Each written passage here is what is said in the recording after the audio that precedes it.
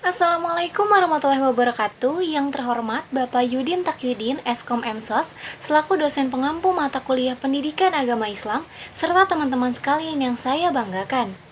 Izinkan saya, Fitri Wulandari, berpendapat mengenai problematika korupsi dalam kacamata iman dan takwa. Teman-teman tahu nggak bahwasanya iman dan takwa ini harus bersamaan dengan korupsi? Kenapa? Bangsa Indonesia kini tengah menghadapi berbagai permasalahan yang pelik. Belum tuntas masalah pandemi COVID-19, kini lagi-lagi muncul permasalahan seputar krisis multidimensional serta problem lain yang menyangkut tatanan nilai. Hal itu menuntut pemerintah dalam upaya pemecahan masalah yang mendesak. Problematika yang menyangkut struktur nilai di lingkungan sosial salah satunya adalah korupsi. Semakin sering terjadinya perbuatan tersebut di Indonesia, sebagian orang atau sebagian masyarakat berasumsi bahaya korupsi ini sudah membudaya di Indonesia dari tahun ke tahun. Belakangan ini kita seringkali mendengarkan mengenai ramainya kasus korupsi di Indonesia.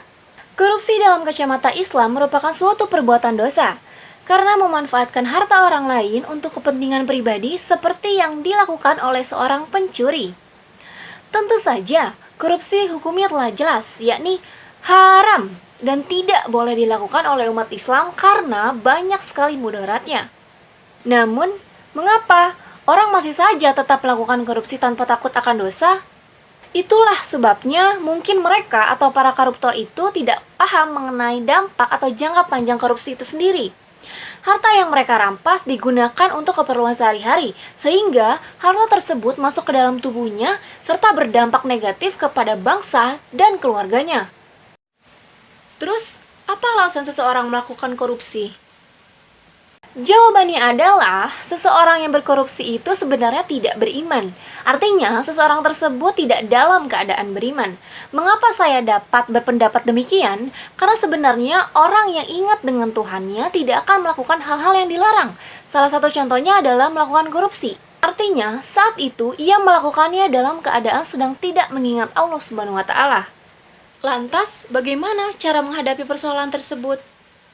Sebenarnya solusinya mudah, hanya dengan keimanan dan ketakwaan.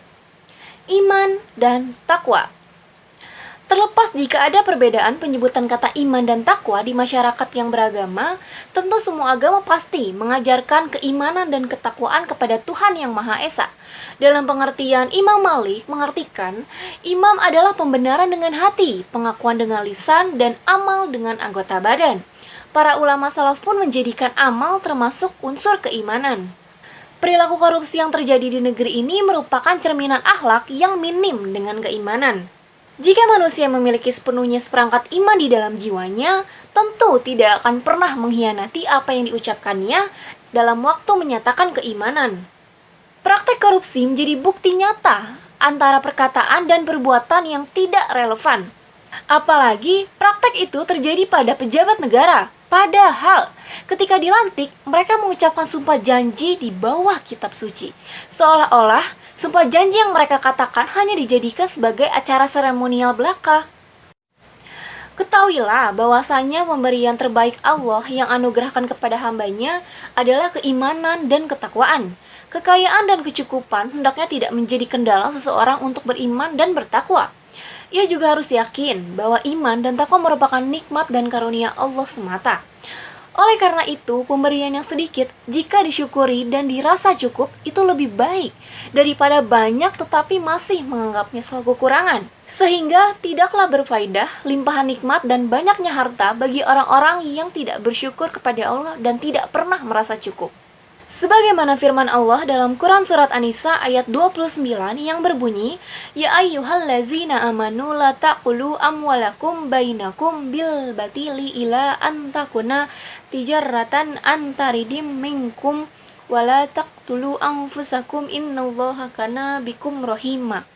Yang artinya, wahai orang-orang yang beriman, janganlah kamu saling memakan harta sesamamu dengan jalan yang batil atau tidak benar, kecuali dalam perdagangan yang berlaku atas dasar suka sama suka di antara kamu. Dan janganlah kamu membunuh dirimu. Sungguh Allah Maha Penyayang kepadamu. Demikian pemaparan dan pendapat saya terkait korupsi dalam kacamata iman dan takwa. Semoga apa yang saya sampaikan dapat diterima dan bermanfaat bagi teman-teman semua. Kurang lebihnya mohon maaf. Assalamualaikum warahmatullahi wabarakatuh.